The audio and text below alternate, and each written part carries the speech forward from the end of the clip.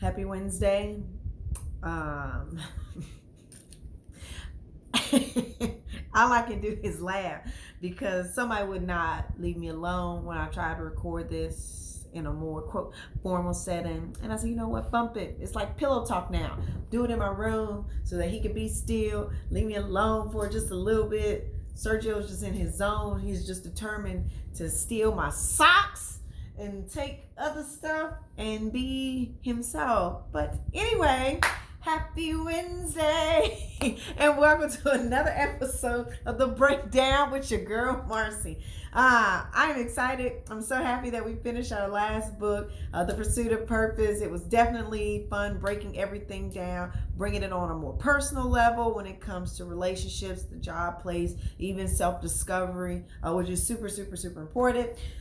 We're going to now jump into one of my other favorite books, The Heart of a Leader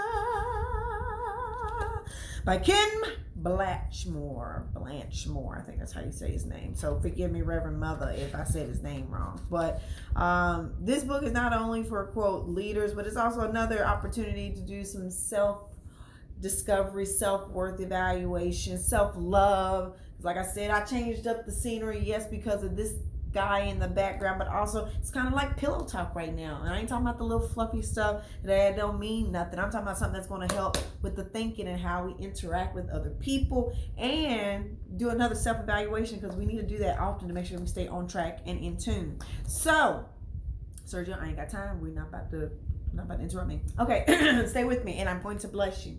So, first chapter, well, it's not really chapter, first bullet point that we're going to break down. The key to developing people is to catch them doing something right. Okay, this is an excerpt from the 1 Minute Manager. Sergio, yeah, I'm about to put this dog on sale. If you mess me up or you mess up my light, I'm going to get you. Okay. Back here one more time. I promise you I don't, well, maybe I do have a little ADHD, but I'm right here with you. Okay. The key to developing people is to catch them doing something right. This is an excerpt from the 1 Minute Manager. Catching people doing things right is a powerful management concept. Unfortunately, people usually, leaders, have a genius way of catching people doing the wrong thing. So we always recommend that leaders spend at least 1 hour a week wandering around the operation, catching people doing things that are right. But I remind them, effective praising must be specific. Just like walking around saying, you know, thanks for everything is kind of meaningless. But if you say great job to a poor performer versus great job to a good performer, you sound ridiculous to the poor performer and you demotivate the good performer. Catching people doing things right provides satisfaction and it motivates good performance. But remember, giving praise immediately, make it specific, and finally encouraging people to keep up the great work. This principle can also help you shine at home. It is a marvelous way to interact with and affirm the people in your life. All right? The key is to catch people, or the key to developing people is to catch them doing something right. Now, if you know me, I've been in multiple levels of management. I've been doing some side stuff for the sake of project management, and the story is still the same. When John Maxwell said in one of his books and in multiple of his teachings, when people feel valued, they perform differently. Now, I want to take this also from the business aspect, also to the personal life. So like if I'm in a family, like me and my husband type of deal, you know, one day real soon. But me and my husband, if I continue to reiterate the value I have of my relationship with him and what he does in the household when it comes to the upkeeping of the yard, upkeeping of the house, and so forth. I'm building a relationship, yes, for us socially and how we interact, but I'm also building his emotional side and self-esteem because he's getting the affirmation and the reassurance that I'm doing something right. It pleases the woman that I love or care about. I will continue in this behavior. If you have children, I don't have children. I have this dog. Like I said, if he keep cutting up, I might not have that dog much longer because I might have to give him away to somebody else. He's going to have to find a new household or something. But anyway, just like teaching with kids, animals, pets, whatever, Whenever you reinforce good behavior, like whenever we were doing the potty training, he was doing a good job, he got a treat. Therefore, that good behavior caught him in the act, doing what he was supposed to do. It built up his confidence, and he knew, if I do this and I'm consistent, I get a treat.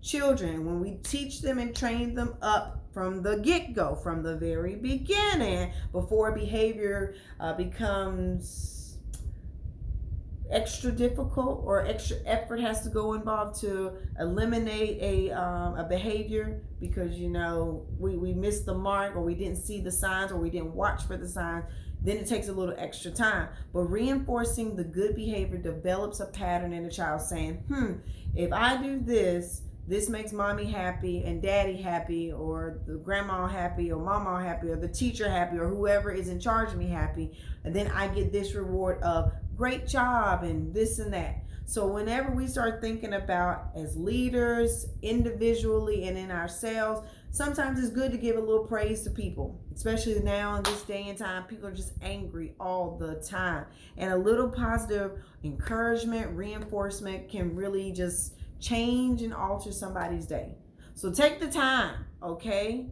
No matter if you're in a high management role or if you Joe Blow off the street, you see somebody working in a service field or through some other form of fashion, take the time, the opportunity to just say, you know what? I saw what you did with that other customer, even though they were crazy, irate, whatever. You handled yourself phenomenally. Kudos to you. Is there a way I could do a Google survey or do something so that you get recognized by your manager? You'd be surprised how that little bit of praise can change someone's day who might have been having like a terrible day, or could have been having, a challenge with a certain project or a relationship. Giving positive reinforcement really can and will alter someone's day and make it better for them. And guess what? You get the warm, fuzzy feelings on the inside, like, I made impact today. I made somebody smile today. That's why I refuse, no matter what job or project I'm working on, to let my outside stuff affect my work. Because I never know who I'm going to come into contact with and what I can do, being on this side of the fence, to help provide a positive outlook on somebody else's life. Okay? So remember, okay, a little compliment, a little positive reinforcement goes a long way to a positive behavior. So until next week, we might have some more pillow talk on our next Wednesday, or I might be in the office, or I might be in the kitchen. I don't know, because I'm trying to be a little more spontaneous these next couple of episodes, since our book is full of little snippets and little points that I want to make sure I share, and then break it down and see how we can make it apply to us here and now. But until next time, remember, you are loved, you are appreciated, you are important, and you have purpose here on this earth. That's why you're living, breathing, moving, and grooving. Until next time, switches.